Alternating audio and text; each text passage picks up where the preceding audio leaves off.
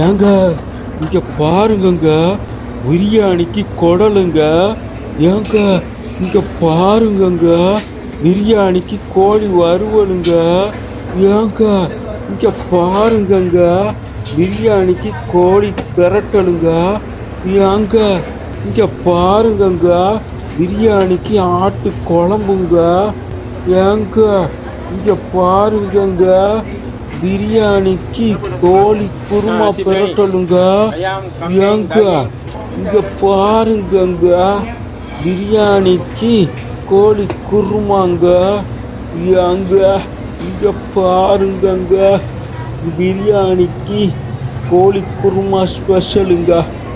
ஏங்க இங்க பாருங்கங்க, பிரியாணிக்கு கோழி பிரட்டலுங்க.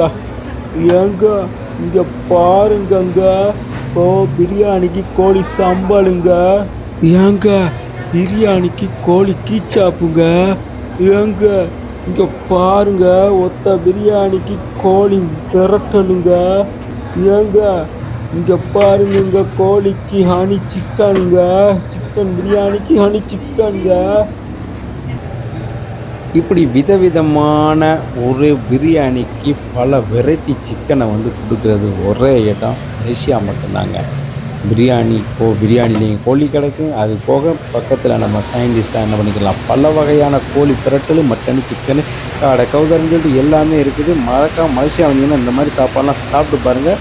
ஓகே, பாய்.